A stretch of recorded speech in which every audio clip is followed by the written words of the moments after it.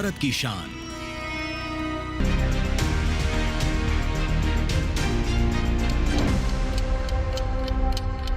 नमस्कार, दूरदर्शन किसान पर एक बार फिर से आप सभी का बहुत स्वागत है। आप देख रहे हैं कार्यक्रम विचार विमर्श और मैं हूं आपके साथ पुलकित शुक्ला।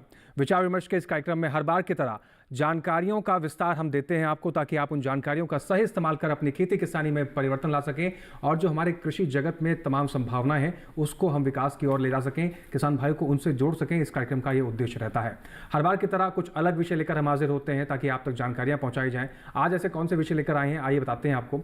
विचार विमर्श के इस कार्यक्रम में हम बात करेंगे आज कृषि स्टार्टअप की। हमारे देश के अंदर कृषि जगत में जो संभावनाएं हैं, उन संभावनाओं को सही तरीके से अगर धरातल पर उतारा जाए तो उसमें कृषि स्टार्टअप आज बहुत बड़ी भूमिका निभा रहे हैं। बदलती हुई जो पर्यावरण स्थितियां हैं, बढ़ती हुई जो आबादी है, उसका एक समाधान ये भी है कि अगर कृषि जगत में कृषि स्टार्टअप के जरिए हम अपने उत्पादन को बढ़ा सकते हैं, जो आपूर्ति श्रृंखला है उसको बढ़ा सकते हैं, किसानों की जो मदद कर सकते हैं कृषि स्टार्टअप के जरिए, ये तमाम ऐसी चीज़ें हैं जिसका बहुत बड़ा योगदान और बहुत बड़ी क्रांति साबित हो रही है कृषि जगत के क्षेत्र में।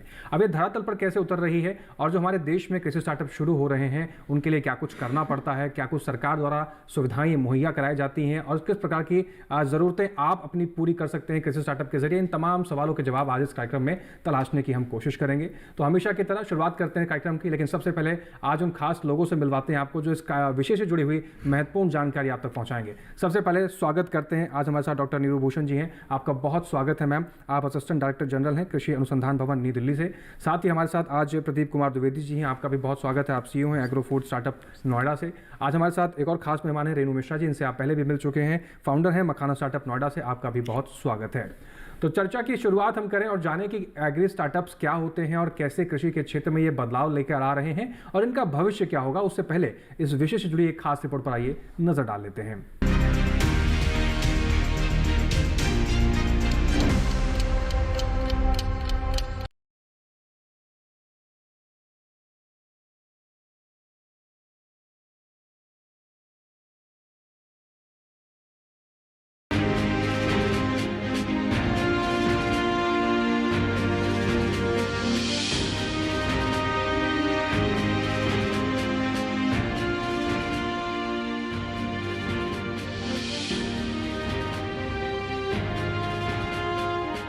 भारत नवाचार, इंक्यूबेशन और स्टार्टअप के लिए एक वैश्विक केंद्र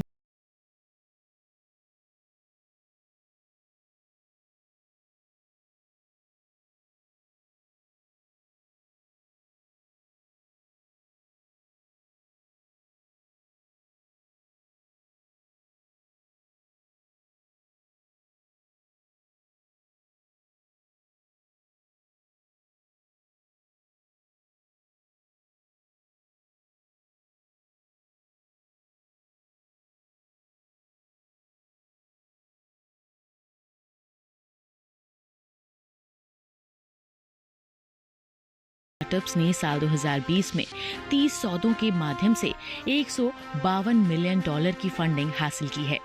बता दें कि कृषि स्टार्टअप एक नई कंपनी बनाना या एक तरह का व्यावसायिक उद्यम होता है। इसमें कृषि के क्षेत्र में चुनौतियों के समाधान करने,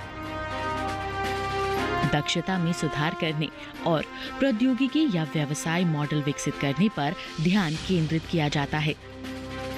आमतौर पर माना जाता है कि स्टार्टअप सिर्फ सूचना प्रौद्योगिकी, मनोरंजन और इंजीनियरिंग आदि सेवाओं में ही किया जा सकता है, लेकिन कृषि के क्षेत्र में भी स्टार्टअप तेजी से कारोबार के मैदान में आ रहा है।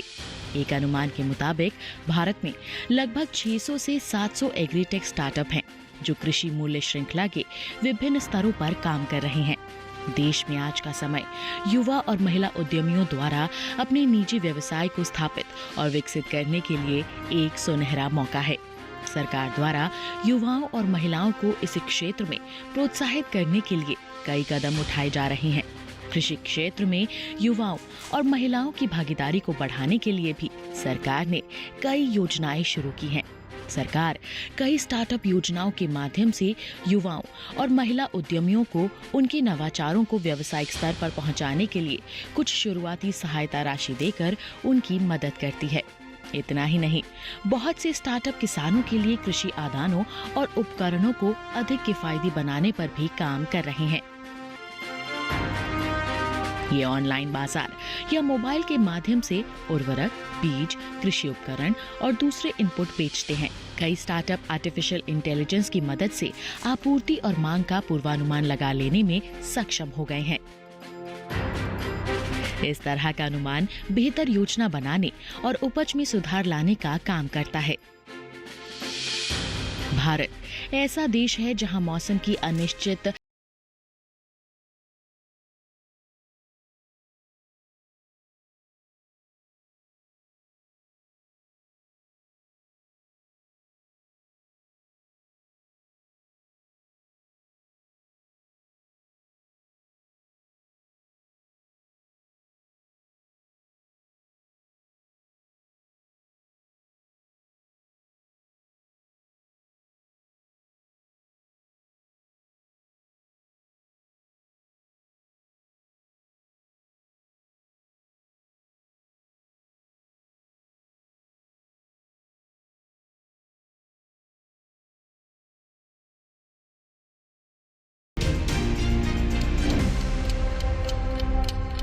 तो चर्चा की शुरुआत करते हैं और इस रिपोर्ट के जरिए हमने समझने की कोशिश भी की है, लेकिन ज़मीनी स्तर पर धरातल पर इसमें क्या कुछ सही हकीकत है, आइए जान लेते हैं डॉक्टर नीरू भूषण जी से।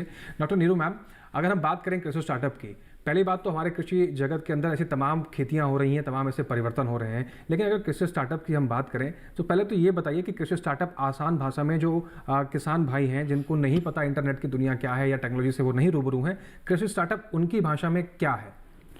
जी हाँ, जो कृषि स्टार्टअप है वो भारत में अगर हम बात करें विश्व में तीसरा नंबर रखता है भारत, अगर स्टार्टअप की बात करें, और उसमें कृषि स्टार्टअप भी एक है। अब स्टार्टअप क्या होते हैं? स्टार्टअप वो चीज़, मतलब उस तरीके के बिजनेस को कि जो कोई भी एंटरप्रेन्योर कोई भी हो सकता है, इसमें वो कोई पढ़ाई लिखाई का कोई कंपल्शन नहीं है, लेकिन वो कुछ नया बनाए, मतलब इनोवेशन का कंपोनेंट किसी भी प्रोडक्ट में, किसी भी टेक्नोलॉजी में जब तक नहीं होगा, अगर होता है इनोवेशन का कंपोनेंट, तो वो स्टार्टअप की कैटेगरी में आता है। तो सबसे पहले वो एक प्रोडक्ट, टेक्नोलॉजी कुछ बनाता है, फिर उसके बाद वो बिजनेस शुरू करता है। तो ये थोड़ा सा अगर हम और सरल भाषा में इसको करें तो जैसे बिजनेस हैं, स्मॉल बिजनेसेस हैं, पर अगर वो किसी से टेक्निक लेते हैं या वो पुराने बिजनेस हैं, चाहे वो सीड का बिजनेस है या फर्टिलाइज़र का बिजनेस है, तो वो स्टार्टअप की कैटेगरी में नहीं आएगा। लेकिन वही फर्टिलाइज़र अगर कोई नया बनाया है जिसमें कुछ इनोवेशन है, कुछ नयापन है, नवाचार है, तब वो, अगर उसने नया बनाया है, और स्टार्टअप की अपनी एक डेफिनेशन है जो भारत सरकार ने दी है 2016 में, तो उसमें ये है कि आपका बिजनेस 10 साल से ज़्यादा पुराना नहीं होना चाहिए, और आपकी या तो प्राइवेट लिमिटेड कंपनी होनी चाहिए या LLP होनी चाहिए या पार्टनरशिप फर्म हो, और दूसरी बात जो कि आपका जो मतलब जो टर्नओवर है वो 100 करोड़ से ज़्यादा नहीं होना चाहिए। तो अगर आप इन 3 क्राइटेरिया को पूरा करते हैं तब आप स्टार्टअप की डेफिनेशन में, पर सबसे जो मूल बात है वो ये है कि आपकी टेक्नोलॉजी नवाचार आधारित होनी चाहिए, चाहे वो प्रोडक्ट है, चाहे वो कोई भी चीज़ है। अगर वो आप उस पे खरे उतरते हैं तभी आप स्टार्टअप की डेफिनेशन में आती हैं। जब भारत सरकार ने स्टार्टअप एक्शन प्लान 2016 में जारी किया था, तब उस वक्त ये डेफिनेशन दी गई थी जो समय समय पे रिवाइज होती रही, और ये अभी, और उस वक्त 19 इसमें हमने रेगुलेटरी कंप्लायंसेस ईज करने के लिए, ईज ऑफ डूइंग बिजनेस करने के लिए, स्टार्टअप्स को एक पॉलिसी फ्रेमवर्क और एक एनवायरनमेंट क्रिएट करने के लिए ये एक्शन प्लान जारी किया गया था। और अभी भी जो आज की डेट में अगर हम संख्या की बात करें कि भारत में कितने स्टार्टअप रजिस्टर्ड हैं, तो DPIIT में एक पोर्टल बनाया गया जिसमें कि ये स्टार्टअप अपनी सारी चीज़ें भरते हैं, तो वहाँ से एक रजिस्ट्रेशन मिलता है जो ये आइडेंटिफाई और जो इस बात का सबूत है कि ये स्टार्टअप की डेफिनेशन को पूरा करता है और ये स्टार्टअप है। ठीक है, तो अभी तकरीबन देश में 1,66,000 प्लस स्टार्टअप हैं, और अगर एग्री की बात करें तो 5% जो स्टार्टअप हैं वो एग्रीकल्चर में रजिस्टर्ड की मैं बात कर रही हूँ। काफ़ी लोग रजिस्टर्ड नहीं भी होते हैं, पर फिर भी स्टार्टअप की स्टार्टअप होते हैं तो उनकी संख्या काफ़ी ज़्यादा होगी इससे। जी, तो भारत में लगभग 1 लाख से ऊपर ज़्यादा रजिस्टर्ड जो स्टार्टअप्स हैं वो शुरू हो चुके हैं। आगे इनको किस तरीके से सरकार बढ़ावा दे रही है और कैसे ये स्टार्टअप शुरू हुए और क्या कुछ बदलाव देखने को मिलेगा आगे, इस पर भी बातचीत करेंगे। लेकिन फिलहाल प्रदीप जी का रुख करते हैं। प्रदीप जी, कुछ अपने बारे में बताइए। आप एग्रो फूड स्टार्टअप से हैं। आपका ये एग्रो फूड स्टार्टअप क्या है और किस तरीके से आपने इसकी शुरुआत की? एक्चुअली बेसिकली मैं फूड टेक्नोलॉजिस्ट हूँ और एमटेक मैंने केमिकल इंजीनियरिंग में किया। तो काफ़ी पढ़ाई लिखाई करने के बाद फिर मैंने सोचा कि क्यों ना एग्रीकल्चर में, क्योंकि मेरा एरिया ऑफ इंटरेस्ट था, तो हम लोगों ने कुछ एक ऐसे ही हम लोग फैक्ट्री में कुछ लोग बैठे हुए थे और सोच रहे थे कि फूड क्वालिटी पे हम लोग क्या काम करें। तो दैट इज़ द इनोवेशन का एक आइडिया था। और हम लोगों ने इलेक्ट्रॉनिक नोज, जैसे हमारी ह्यूमन नोज होती है, इसी तरह की हमने एक ई नोज बनाई AI बेस्ड, जो कि किसी भी फूड प्रोडक्ट में उसकी स्मेल को आइडेंटिफाई करके फूड की क्वालिटी बता देती थी। एग्जाम्पल के तौर पे मस्टर्ड ऑयल की बॉटल है, अगर आपने कैप ओपन किया तो स्मेल को सूंघ करके ये बता देगी कि आपका कितने % इसमें मिलावट है। जी। तो ये भारतवर्ष में अभी FSSAI के भी डेटे देखे तो बहुत सारे ऐसे थे कि हम चीज़ें तो बना रहे हैं लेकिन क्वालिटी पे हमारा कुछ इतना फोकस नहीं था और इंस्टेंट हमें चाहिए था। लेबोरेटरी मेथड तो बहुत सारे हैं, बट अगर प्रोक्योरमेंट करते हैं इंडस्ट्रीज़ को, बहुत सारी ऐसी रिक्वायरमेंट्स थी, तो उसके लिए हम लोगों ने शुरू किया। और हमें बेसिकली बहुत चैलेंज आया कि बिकॉज फंड की प्रॉब्लम और सेटअप की प्रॉब्लम, तो धीरे धीरे उन चैलेंजों को ओवरकम करते हुए हम लोगों ने उस डिवाइस को बनाया और अभी उसके सॉफ्टवेयर पे काम कर रहे हैं। तो उसमें मिनिस्ट्री ऑफ एग्रीकल्चर में रवि रफ्तार ने भी हम लोगों को कुछ फंड स्टार्टअप में दिया है। तो मैं ये कह सकता हूँ गवर्नमेंट हमें हेल्प कर रही है डिफरेंट प्लेटफॉर्म से, यूपी स्टार्टअप से भी हम लोगों को मिला। तो एक तो ये था। दूसरा क्या है कि हम लोग एग्रीकल्चर में जो है ऑर्गेनिक फार्मिंग में क्या नया किसान कर सकता है उसके लिए कार्यरत हैं। जैसे आप देखिए, एक छोटा सा एग्जांपल है गन्ने का जूस। गन्ने का जो है जूस सभी पीते हैं जी। हम लोगों ने उसमें जो है इनोवेशन करके उसको पाउडर फॉर्म में कर दिया, जो कि अभी तक किसी ने नहीं किया है जी। तो गन्ने के जूस को हमने पाउडर में कर दिया और सैचेट में कर दिया। 12 महीने तक आप कभी भी कोई भी कहीं भी ले सकता है इसको, और बिना केमिकल प्रिजर्वेटिव के। हमारा पूरा काम जो है विदाउट केमिकल प्रिजर्वेटिव के काम होता है। तो अब वो जो किसान हमारे जो पहले गन्ना लगाते थे शुगर केन, उन्हीं के लिए हमने एक छोटा प्लांट लगाया है। तो अब क्या हुआ कि जो रेट जाता था अब उनको वैल्यू एडिशन कर दिया तो उनको और भी हेल्प हो गई। बिल्कुल बिल्कुल। तो इसी तरह के बहुत सारे ऐसे छोटे छोटे जो हम लोग ऐसे काम को इन्वॉल्व करते हैं जहाँ की फार्मर्स को अपनी जगह रूरल एरियाज़ के जो यूथ है उनको बाहर ना आना पड़े और वहीं पे उनको कुछ ऐसा जो है साधन मिल जाए जिससे कि वो अपनी लाइवलीहुड के लिए जो है काम कर सके। तो एग्री स्टार्टअप में बहुत अपॉर्चुनिटीज़ हैं, बहुत ज़्यादा अपॉर्चुनिटीज़ हैं, बट हमें इसके पीछे ये भी देखना है कि बहुत सारे लोग स्टार्ट तो करते हैं लेकिन थोड़े टाइम के बाद वो फ्रस्ट्रेट हो जाते हैं और छोड़ देते हैं। मतलब बहुत सारा डेटा है ऐसा, करीब अगर 20 लोगों ने स्टार्ट किया तो उसमें करीब 12-15 लोग जो है लास्ट में 1 साल 2 साल के अंदर बंद कर देते हैं। तो चैलेंज ये है कि प्रोडक्ट तो चलो किसी तरीके से हम लोगों ने बनवा दिया या उन लोगों ने बना लिया, उसको रिफाइन कर दिया, but the problem is market की है कि भाई उसको कहाँ पे सेल करें, किधर लेके जाएं, वो मार्केट लिंकेज, वो चैनल्स, वो उन लोगों को नहीं पता होता है। इसकी वजह से ये एक बहुत बड़ा प्रॉब्लम है।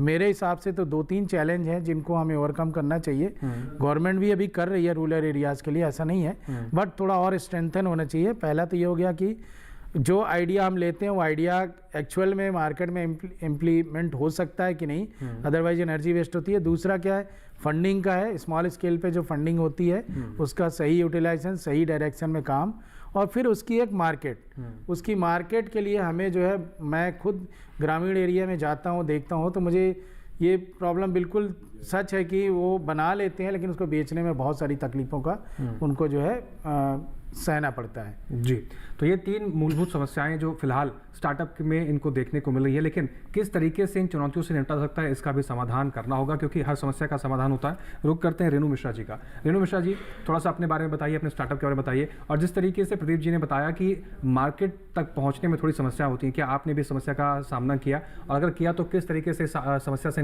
निपटा जा सकता है आपके स्टार्टअप के जरिए? सर, अभी तो मेरा स्टार्टअप नोएडा में है और हमारे प्रिंसिपल ऑफिस बिहार में है, क्योंकि मेरा जो प्रोडक्ट है वो बिहार का है। मेरा नेटिव प्लेस बिहार में ही है। तो जैसे सर ने कहा कि चैलेंजेस तो होता है और रहता है, मार्केट भी एक है उसमें कि हम प्रोडक्ट तो बना लेते हैं बट इसकी मार्केटिंग कैसे करें, और वो मार्केट तक नहीं पहुंच पाता है, या उससे पहले ही स्टार्टअप सोचते हैं कि नहीं हो पाएगा हमसे। लेकिन चैलेंजेस को तो आउटकम करना ही पड़ता है।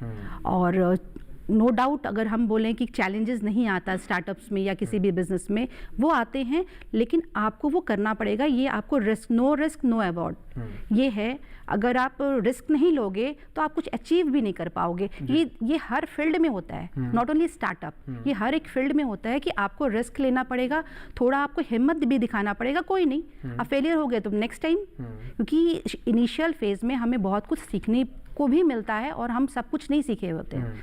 तो चैलेंजेस आता है, डाउनफॉल भी होता है, बट आपको थोड़ा उद्यमी, इसीलिए कहा जाता है उद्यमी को थोड़ा सा सशक्त होना पड़ता है, थोड़ा कंटिन्यूटी होनी पड़ती है कि कुछ लॉस भी हो गए तो हमें। मखाना स्टार्टअप है उसके बारे में थोड़ा सा बताइए कि मखाना स्टार्टअप आपने क्या देख के शुरू किया, मखाना स्टार्टअप जो आपने किया है उसकी आज क्या स्थिति है और क्या प्रोडक्ट आप बनाती हैं? जी, मेरा मखाने का, मैंने जब हमारा कोविड टाइम आया था, हमें, क्योंकि मैं इस फील्ड में नहीं थी, मैं टीचिंग प्रोफेशन में थी, बट लॉकडाउन में मैंने सोचा कि नहीं, कुछ हेल्दी फूड, जैसे बच्चों को बहुत ज़्यादा है कि स्नैक्स खाना है, बाहर की चीज़ें खाना है, तो कि एक स्नैक्स के रूप में हम कुछ हेल्दी बच्चों के सामने में रखे। ये मेरा पहला एक विचार आया। फिर हमने सोचा कि क्या हम दे सकते हैं, तो वो सर्च करके आया, मखाना बहुत अच्छा है, और मेरा जो प्लेस है, मेरा जो नेटिव प्लेस है वो बिहार में है, तो क्यों ना मैं वहीं से शुरुआत करूं, मखाने से शुरुआत करूं। और जैसे हमारे मोदी जी भी कहते हैं कि लोकल फॉर वोकल, आप अपनी जो लोकल एरिया में जो आपका प्रोडक्ट है आप वहां से शुरू करो, जिससे हमें बहुत ज़्यादा बेनिफिट होता है कि हम वहाँ के लोकल है, तो वहाँ के लोग से जुड़ना, वहाँ के फार्मर से जुड़ना बहुत हमारे लिए ईजी होता है। और अगर आप एक बार फार्मर से जुड़ते हो तो आप उस चीज़ को कहीं ना कहीं एक बहुत नज़दीक से जुड़ते हो, और उस चीज़ को बहुत दूर तक आपका भी विजन होता है कि हाँ, इनकी भी मदद, हम अपने साथ साथ उनकी भी मदद कर रहे हैं। तो एक मेरा विजन था कि नहीं, हम तो कर ही रहे हैं, हम तो कुछ ना कुछ कर ही लेंगे, लेकिन ऐसा कुछ काम कि हमारे साथ साथ हमारे गांव का भी भला हो, बिहार का भी भला हो, हम अपने फार्मर्स के लिए भी कुछ कर पाए। उनकी जो मार्केटिंग की समस्या थी, आज हम यहाँ पर बैठ के हम बोले कि ठीक है, आप अपना प्रोडक्ट कीजिए, प्रोडक्शन कीजिए, मार्केटिंग के लिए हम हैं, प्रोसेसिंग के लिए हम हैं, इसकी वैल्यू एडिशन के लिए हम हैं, तो उनको भी कहीं ना कहीं ताकत मिली और हमें भी एक सपोर्ट मिला कि हाँ, जो हमारा जो फार्मर्स वाला है, कल्टीवेशन वाला काम है, हम उनके थ्रू, कॉन्ट्रैक्ट फार्मिंग के थ्रू, आज नहीं भी तो हमारे पास 20-25 फार्मर्स हैं जो मेरे साथ जुड़ के काम करते हैं, और भी कई सारे एम्प्लॉयज़ हैं, अनस्किल्ड भी है, उसमें स्किल्ड भी है, जिनके साथ हम जुड़ के अभी काम कर रहे हैं। शुरुआत में थोड़ी सी दिक्कत हुई थी, लेकिन ग्रेजुअली वो सही हो गया। जी, बिल्कुल। स्टार्टअप्स की अगर हम बात करें तो स्टार्टअप कुल मिलाकर ये परिभाषित करता है कि किसानों के लिए एक बाजार की व्यवस्था भी करता है, साथ ही साथ न केवल स्वरोजगार बल्कि बाकी लोगों के लिए भी रोजगार पैदा करता है, और जो कृषि जगत में समस्याएं हैं उसका भी काफ़ी हद तक समाधान करता है। नई तकनीकों का, नवाचार का इस्तेमाल कर किसान भाइयों के लिए एक ब्रिज का काम करता है, ताकि वो बाजार तक पहुंच सके, उनकी उपज का सही मूल्य भी उनको स्टार्टअप के जरिए मिलता है। अभी तक की बातचीत में भाषा परिभाषित समझ आई है, आगे इसमें क्या कुछ खास है ये भी समझेंगे, लेकिन फिलहाल यहाँ वक्त एक छोटे से ब्रेक का। आप बने रहें, देखते रहें विचार विमर्श, हम जल्द लौट रहे हैं।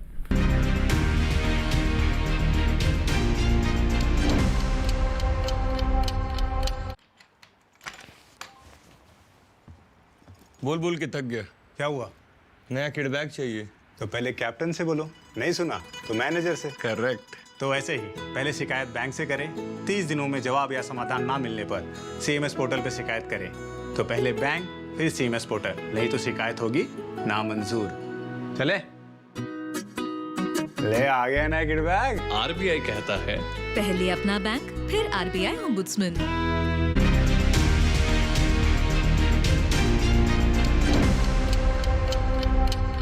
ब्रेक के बाद एक बार फिर से आप सभी का स्वागत है। आप देख रहे हैं कार्यक्रम विचार विमर्श, और हम आज समझ रहे हैं कि कैसे कृषि स्टार्टअप्स ने भारत के कृषि जगत में क्रांति ला रखी है और आने वाले समय में क्या कुछ बदलाव देखने को मिलेगा। रुक करते हैं एक बार फिर से डॉक्टर नीरू जी का। डॉक्टर नीरू मैम, तमाम बातें हमने करी है, अगर हम बात करें कृषि जगत में कृषि स्टार्टअप की भूमिका को लेकर, क्यों ज़रूरी है ये कृषि स्टार्टअप शुरू करना, और जो नए स्टार्टअप्स आ रहे हैं ये क्या कुछ बदलाव ला सकते हैं कृषि के क्षेत्र में, आगे हम इसका भविष्य किस प्रकार से देखते हैं, क्या सभी समस्याओं का समाधान ये मान के चले हम कि कृषि स्टार्टअप के जरिए जो किसानों को चुनौतियाँ होती हैं उनका समाधान कर सकते हैं? जैसे कि आपके प्रश्न के 2-3 पार्ट्स हैं। आपने पहली बात पूछा कि ये क्यों ज़रूरी है, तो आप ये देखिए कि भारत में 48% जो हमारी आबादी है वो कृषि के क्षेत्र पर निर्धारित है। बिल्कुल। तो इसलिए एक बहुत बड़ा पूल है हमारे पास युवाओं का, और भारत एक बड़ा यंग देश है। जो हमारी 50% से आबादी है वो 35 वर्ष की आयु से नीचे की है जी। तो अब हमारे पास इतना बड़ा टैलेंट पूल है जिसमें हमारे को उनको एक अच्छा रोजगार का अवसर और उनके जो क्षमताएं हैं उनको प्रॉपर हमें देश के बढ़ावे के लिए, देश के मतलब प्रगति के लिए, विकास के लिए हमें यूज़ करना है। तो स्टार्टअप एक बहुत अच्छा मतलब तरीका है जिसके तहत वो अपनी एनर्जी को और अपनी क्षमताओं को जो उन्होंने लिखाई पढ़ाई की है और एक इनोवेशन कर सकते हैं, नवाचार कर सकते हैं। तो और साथ के साथ वो रोजगार सृजन भी करते हैं। एक स्टार्टअप, ये डाटा हमारा कहता है कि एक स्टार्टअप लगभग 11 लोगों को रोजगार देता है। तो इसलिए अगर हम कृषि के क्षेत्र में स्टार्टअप की ये एक बहुत बड़ी महत्वपूर्ण भूमिका है। दूसरी बात, आज अगर हम कृषि की बात करें तो कृषि जो है आने वाले दिनों में चेंज होगी क्योंकि क्लाइमेट चेंज की एक बहुत बड़ी चुनौती हमारे सामने है। दूसरी बात, कॉस्ट ऑफ कल्टीवेशन जो है वो हमें रिड्यूस करनी है, प्रोडक्शन हमें बढ़ानी है, एफिशिएंसी ऑफ रिसोर्सेज वो हमें बढ़ाने हैं। तो वो सब चीज़ें टेक्नोलॉजी के माध्यम से ही होंगी और टेक्नोलॉजी की स्पीड हमारी 2 गुना 3 गुना हो जाती है जब ये स्टार्टअप आ जाते हैं। और डेफिनेटली स्टार्टअप्स, ऐसे भी स्टार्टअप हैं जो हमारा डाटा कहता है कि 82% जो स्टार्टअप हैं वो एग्रीकल्चर क्षेत्र में उन्होंने पढ़ाई लिखाई नहीं की है। वो IITs के लोग हैं, इंजीनियर्स हैं, मैनेजमेंट के स्टूडेंट्स हैं। तो यहाँ पर अगर हमें उन्हें अपने साथ लेना है और एग्रीकल्चर में उनका योगदान, एक महत्वपूर्ण योगदान लेना है, तो एग्रीकल्चर के डोमेन के नॉलेज वालों को और स्टार्टअप में जिनमें ये क्षमता है जो ये नवाचार कर सकते हैं और कर रहे हैं, तो उनको साथ लेकर के चलने की ज़रूरत है। तो यहीं पे हमारे जो इंक्यूबेशन सेंटर्स हैं वो एक बहुत बड़ा भूमिका अदा करते हैं, जो कि तकरीबन रिसर्च इंस्टीट्यूशंस में हैं, ICR के रिसर्च इंस्टीट्यूशन में हैं, स्टेट एग्रीकल्चर यूनिवर्सिटीज़ में हैं, और कई बार हमने IITs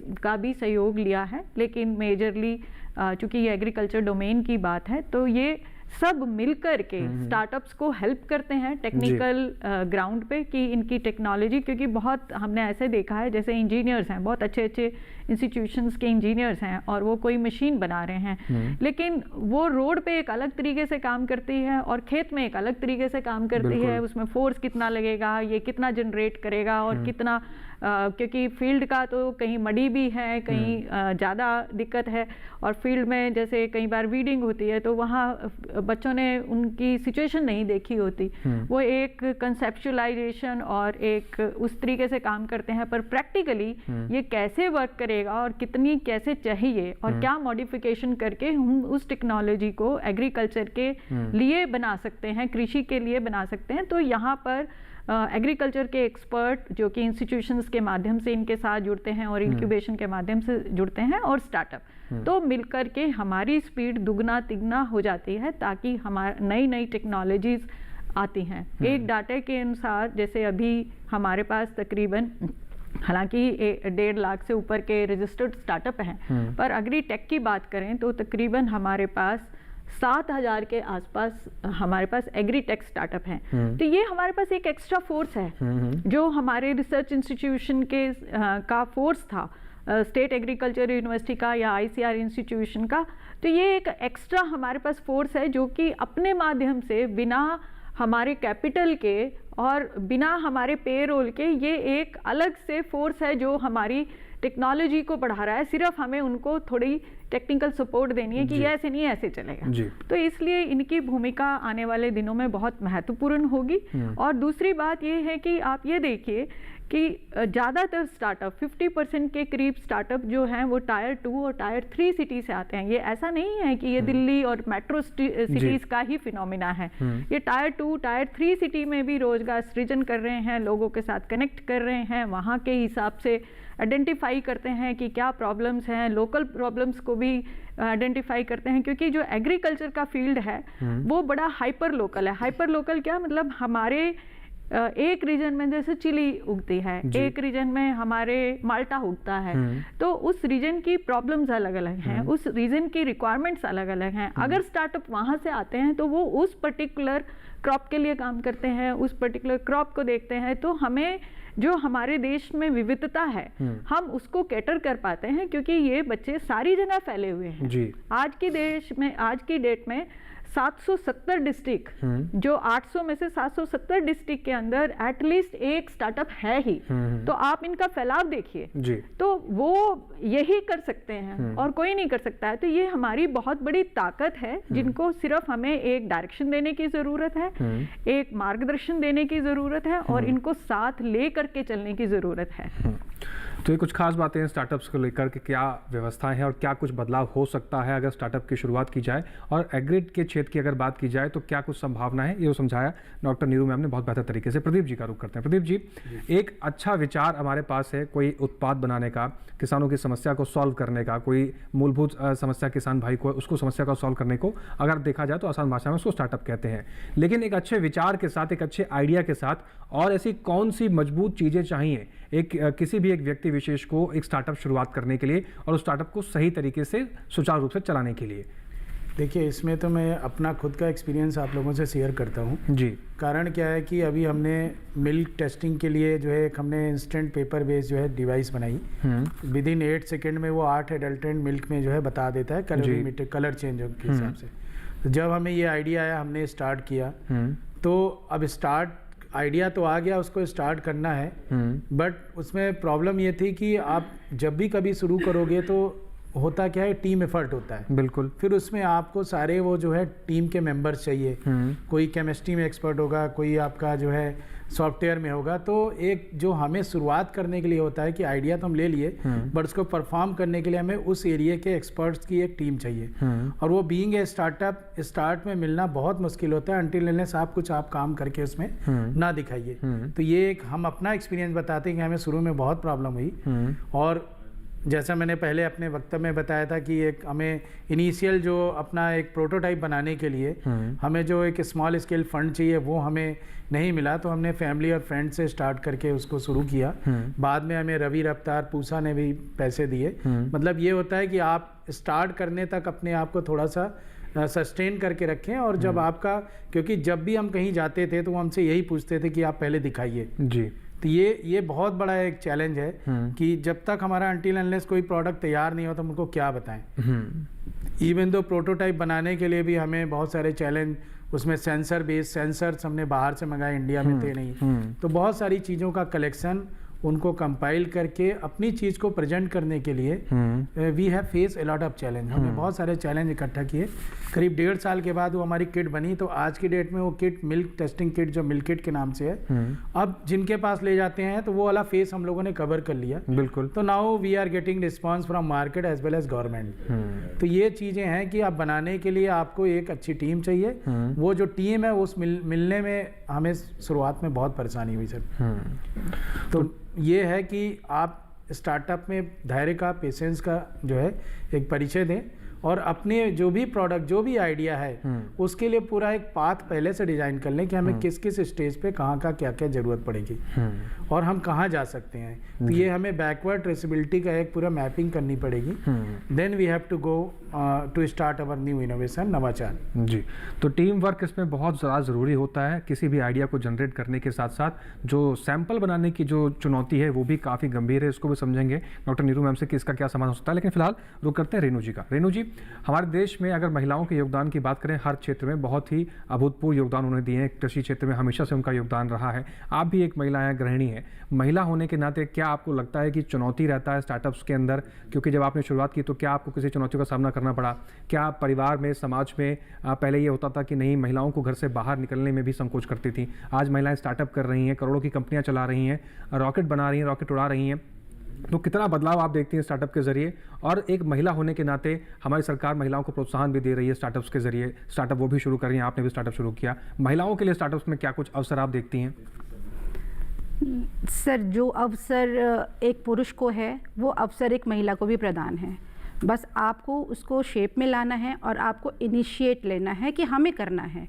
और अब आजकल लोग अवेयर हो रहे हैं, अपनी बेटियों को भी सशक्त कर रहे हैं और वो चाहते हैं कि वो हमारी बेटियां भी सशक्त बने और हम लोग जिस सामाजिक सोशल से आते हैं तो वहाँ पे थोड़ा सा बंदिशें डाली जाती है महिलाओं में, लेकिन अब वो खुल रही हैं और वो अब अपने हक के लिए भी बात कर रही हैं और वो चाहती भी कि हमें आप खुला छोड़ो ताकि हम अपने हिसाब से काम कर पाएं। और वैसे तो मुझे मिला ये मौका तो मैं कर पाई और मुझे लगता है कि दूसरी महिलाओं को भी मौका मिलेगा तो वो भी कर पाएंगी, लेकिन उनको मौका देना पड़ेगा और उनमें ये चीज़ डालना पड़ेगा बचपन से ही, शुरू से ही। आप कर सकते हो जो एक पुरुष कर सकता है, एक समाज में जो पुरुष का योगदान है आप उससे ज़्यादा योगदान आपको देना पड़ेगा क्योंकि आप में ज़्यादा जिम्मेदारी है और वो जिम्मेदारी अपना बहुत अच्छी तरह से निभा रही है और वो निभाती भी है। बस आपको एक विल पावर वो फैमिली से ही जनरेट होता है, अपने समाज से ही जनरेट होता है। जो मुझे मिला इसलिए मैं आगे बढ़ी, दूसरे महिलाओं को मिलेगा तो बेशक वो भी आगे बढ़ेंगी। जी बिल्कुल। डॉक्टर नीरू जी के पास। डॉक्टर नीरू जी, जिस तरीके से प्रदीप जी ने बताया कि एक सैंपल तैयार करने में बहुत मशक्क़त करनी पड़ती है, कई बार काफ़ी समय लग जाता है और आप प्रोडक्ट बन भी गया तो उसके बाद आगे की राह कैसे आसान हो, ये भी एक बड़ी चुनौती होती है स्टार्टअप्स के लिए। बात अगर की जाए उस सैंपल पीरियड को बनाने के लिए, क्या वैसे तो सीड फंडिंग और आगे की जो ऋण व्यवस्थाएं सरकार द्वारा बहुत सारी हैं, लेकिन क्या उस दौरान में भी सरकार द्वारा कोई मदद की जाती है कि आप सैंपल तैयार कीजिए, हम पीछे खड़े हैं, हम आपको पैसा देंगे, आपको संसाधन उपलब्ध कराएंगे? जी हाँ, मैं जब जैसे आइडिया की हम बात करते हैं तो मैं इसमें 2-3 बातें कहती हूँ कि आइडिया कैसे जनरेट करना चाहिए। सबसे मेन बात ये है कि आइडिया आप सोते हुए मुझे कुछ भी आ गया, वो ऐसा नहीं हो सकता। आपने रोजगार करना है तो जो आइडिया है वो क्या हमारी नीड है। मतलब एक होता है विटामिन, भाई मेरी मर्जी है ले लिए तो ठीक है, मेरी सेहत अच्छी रहेगी, लेकिन एक है एंटीबायोटिक, मतलब मुझे चाहिए, लाइफ सेविंग है, तो वो क्या है।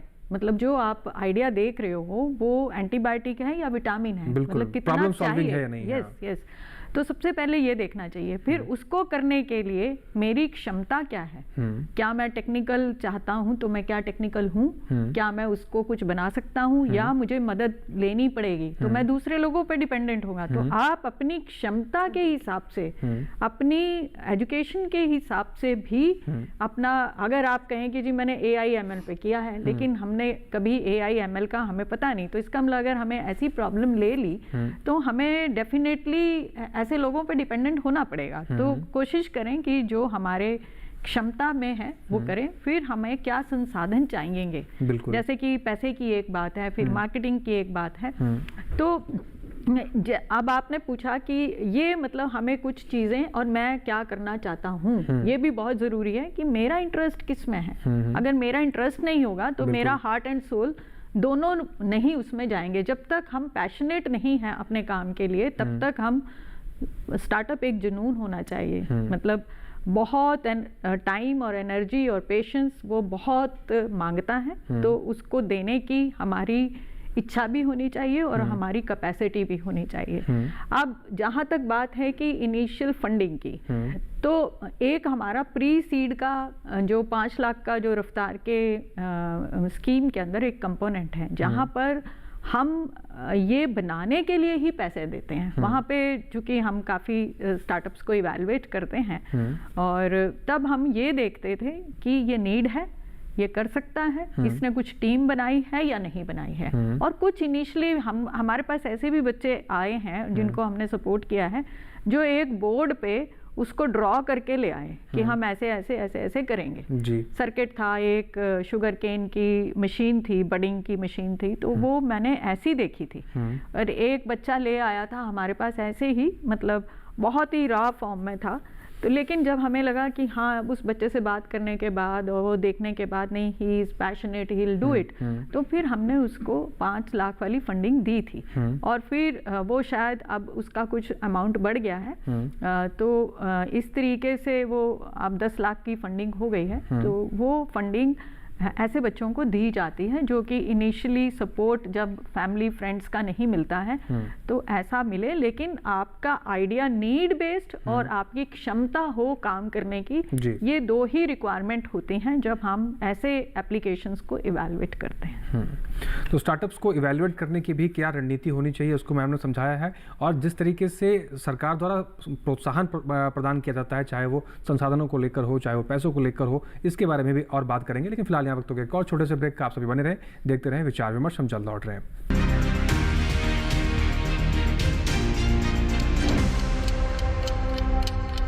खुशखबरी आप जैसे युवाओं के लिए भारत सरकार की एक शानदार स्कीम है।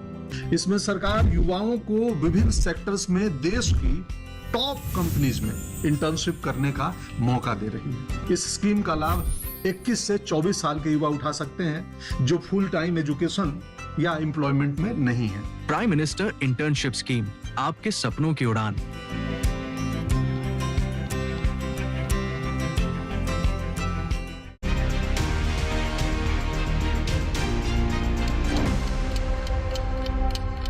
ब्रेक के बाद एक बार फिर से आप सभी का स्वागत है। आप देख रहे हैं कार्यक्रम विचार विमर्श। चर्चा की एक बार फिर से शुरुआत करते हैं, प्रदीप जी का रुख करते हैं। प्रदीप जी, प्रोडक्ट की भूमिका तो बहुत महत्वपूर्ण होती है, लेकिन आपके अनुभव से अगर हम बात करें तो मार्केट को रीच आउट करना, मार्केट तक अपने उत्पाद को पहुंचाना, ये आपके हिसाब से और कितना आसान बनाया जा सकता है, और कितना समय लगता है किसी स्टार्टअप को मार्केट तक पहुंचने में, मार्केट को समझाने में कि हाँ, हम आपकी समस्या का समाधान कर सकते हैं, we are the right person to solve your problem.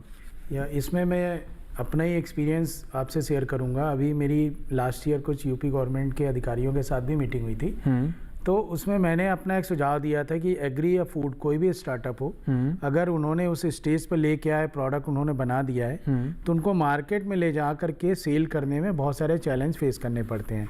Example के तौर पे बहुत सारे रिटेल आउटलेट हैं, रिलायंस हो, बहुत सारी बड़ी बड़ी कंपनीज हैं जहाँ पर उनको प्रोडक्ट ले जाते हैं, तो बीइंग ए स्टार्टअप वो उतना कैपेबल नहीं होता है कि वहाँ पे वो स्टोर सेल्फ का वो पैसा लेते हैं कि भाई 10,000 रुपीज़ पर सेल्फ दो समथिंग, तो ये ट्रांसपोर्ट हो गया, बहुत सारी ऐसी चीज़ें होती हैं कि वो चाहकर भी वहाँ तक नहीं पहुँच सकता है। तो मेरा एक सुझाव है आपके चैनल के माध्यम से, being a startup, agri startup, कि अगर ऐसे कुछ जो सिलेक्टेड जो भी स्टार्टअप्स हैं एग्री या फूड में, जैसे हम मिलेट के बहुत सारे प्रोडक्ट बनाते हैं, बिल्कुल कुकीज़ बनाते हैं, बहुत सारे ऐसे इनोवेटिव प्रोडक्ट बनाते हैं जिनकी मार्केट में और इंटरनेशनली बहुत डिमांड है। तो मैं इंडिया की उसमें बात कर रहा हूँ कि आप गवर्नमेंट या जो भी जैसे एग्रीकल्चर के जो सपोर्टिव सिस्टम्स हैं गवर्नमेंट के, वो उन लोगों को एक स्पेशल काइंड का कुछ या तो लोगो हो या कुछ ऐसा आइडेंटिफिकेशन दें जिससे कि, और वो जो प्राइवेट कंपनीज हैं उनको भी ये कम्युनिकेट हो कि भाई ये हमारे स्टार्टअप हैं, इनसे आप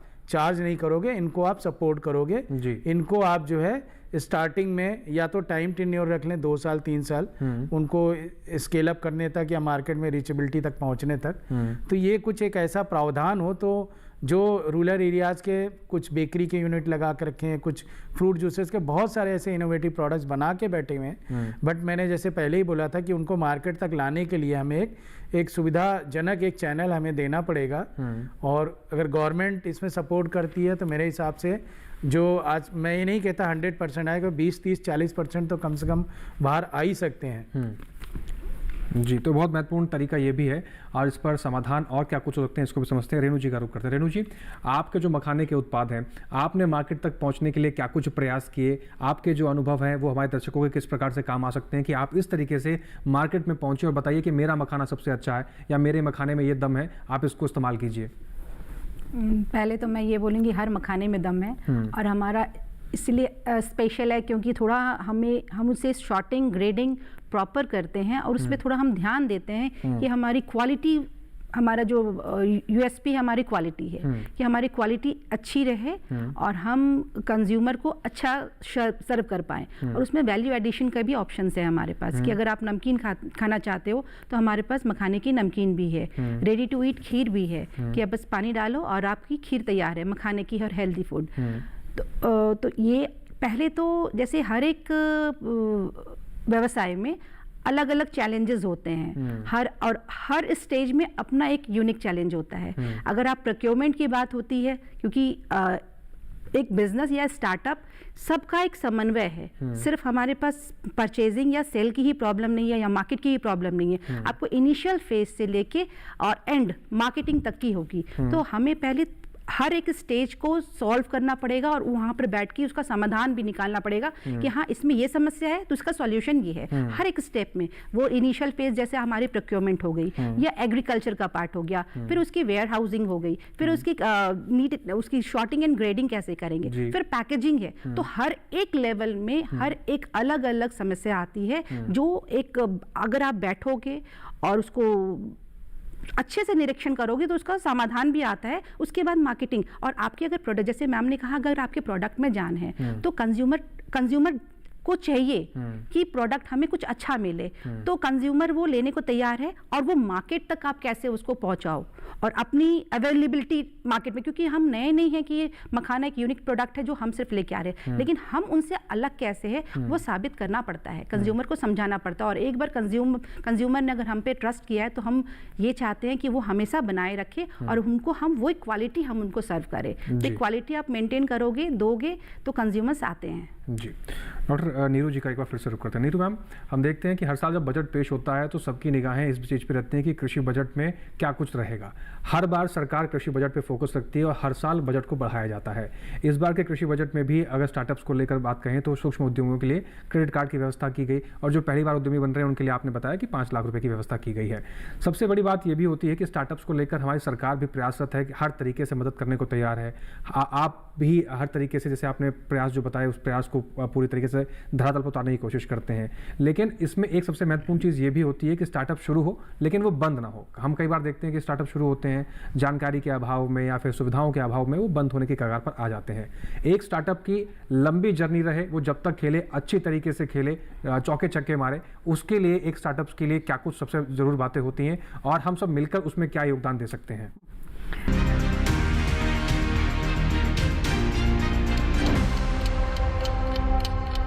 खाद्य प्रसंस्करण के लिए समर्थन। पूर्वोदय के प्रति हमारी प्रतिबद्धता के अनुरूप हम बिहार में खाद्य प्रौद्योगिकी, उद्यमिता और प्रबंधन का एक राष्ट्रीय संस्थान स्थापित करेंगे। पूर्वी क्षेत्र में खाद्य प्रौद्योगिकी संस्थान स्थापित करेंगे। पूर्वी क्षेत्र में खाद्य प्रसंस्करण गतिविधियों को मजबूत प्रोत्साहन मिलेगा। इससे किसानों को उनकी उपज में मूल्य वर्धन के माध्यम से एक बेहतर आय प्राप्त होगी और 2, युवाओं के लिए कौशल उद्यमिता और रोजगार के अवसर पैदा होंगे।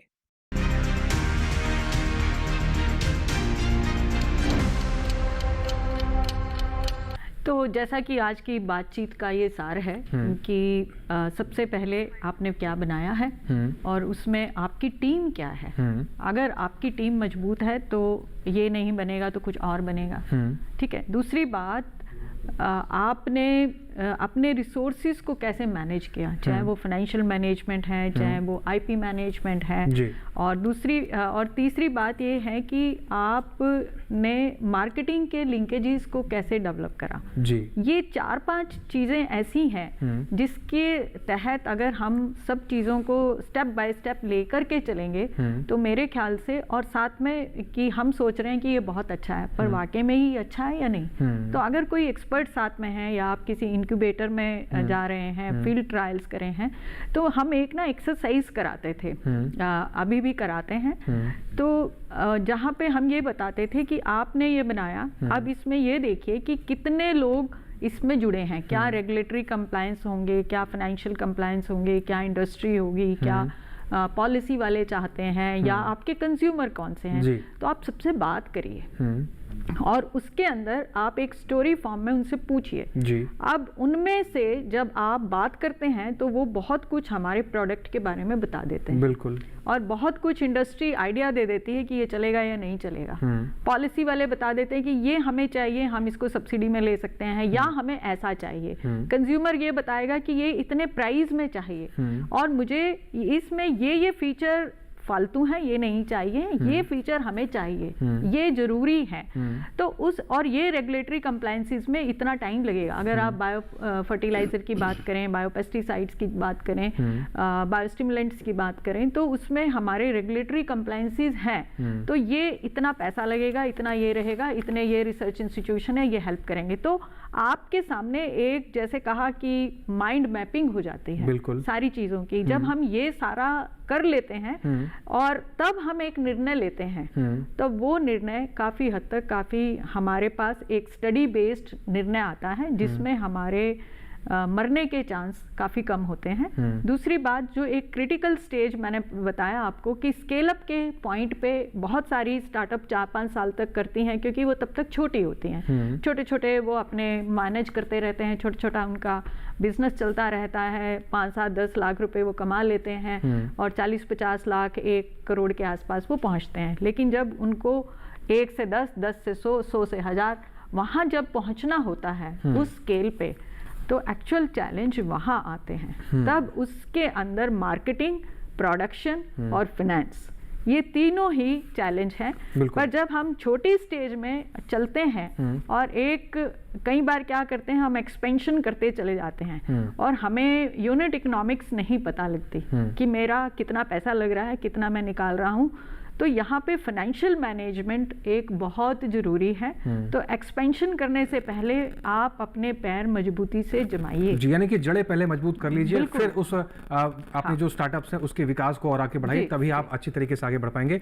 बहुत शुक्रिया डॉक्टर नीरू मैम आपका, आपने बहुत महत्वपूर्ण जानकारी किसी स्टार्टअप को लेकर हमारे दर्शकों तक पहुंचाई है और उम्मीद करेंगे इन सभी जानकारियों से हमारे दर्शक लाभ भी लेंगे। प्रदीप जी, आपका भी बहुत शुक्रिया हमारे साथ जुड़ने के लिए। रेणु जी, आपका भी बहुत शुक्रिया हमारे साथ जुड़ने के लिए, तमाम जानकारियां कृषि स्टार्टअप को लेकर साझा करने के लिए। विचार विमर्श के इस कार्यक्रम में आज फिलहाल बस इतना ही, और जाते जाते कुछ खास बातें आपको बताते हैं कि हमारे प्रधानमंत्री कई बार ये बात कहते हैं कि यही समय है, सही समय है, और हमारे युवाओं के लिए तो बिल्कुल सही समय है, क्योंकि जो हमारे युवाओं की जो सोच है, उनके अंदर जो जोश है, उस जोश का, उस सोच का सही इस्तेमाल करेंगे तो कृषि स्टार्टअप के अंदर जो अपार संभावनाएं हैं उसको एक कीर्तिमान स्थापित करने की क्षमता हमारे युवा आज के रखते हैं। और भारत के अंदर कृषि स्टार्टअप को लेकर एक क्रांतिकारी बदलाव हो रहा है। तो इस समय का सही इस्तेमाल कीजिए, इन जानकारियों का सही इस्तेमाल कीजिए, और आपके पास कोई आइडिया है कृषि स्टार्टअप को शुरू करने के लिए तो सरकार की जो तमाम व्यवस्थाएं हैं उसका लाभ उठाइए, कृषि स्टार्टअप में आगे बढ़िए, और हमारे देश में जो क्रांति आ रही है उसमें एक अपना महत्वपूर्ण योगदान आप दे सकते हैं। इसके साथ ही आज के विचार विमर्श कार्यक्रम में बस इतना ही, लेकिन जाते जाते आपको पता है आपको क्या करना होता है। हमारे इस कार्यक्रम से जुड़ी कोई भी जानकारी आपको चाहिए होती है या कोई आप हमें सुझाव देना चाहते हैं, आप हमारी ईमेल आईडी का इस्तेमाल कर सकते हैं, विचार विमर्श 08@gmail.com। आपके सुझावों का हमें बेसब्री से इंतजार रहता है। साथ ही साथ इस कार्यक्रम में कोई जानकारी आपसे छूट गई है, दोबारा इस कार्यक्रम को देखना चाहते हैं या कहीं तक आप इस कार्यक्रम को पहुंचाना चाहते हैं, तो आप हमारे QR कोड का इस्तेमाल कर सकते हैं यूट्यूब चैनल पर जाकर। टेलीविजन स्क्रीन पर दिखाए जा रहे QR कोड को इस्तेमाल कीजिए, पहुंच जाएंगे सीधा आप DD किसान के यूट्यूब चैनल पर। वहां पर भी विचार विमर्श के इस कार्यक्रम को आप कहीं पर भी कितने लोगों के साथ बैठकर भी दोबारा से भी आप इस कार्यक्रम को देख सकते हैं। इसके साथ ही आज के लिए बस इतना ही, फिर से हाजिर होंगे नए विषय, नए मेहमानों के साथ, नई जानकारियों के साथ। फिलहाल हमें दीजिए आप इजाजत, बने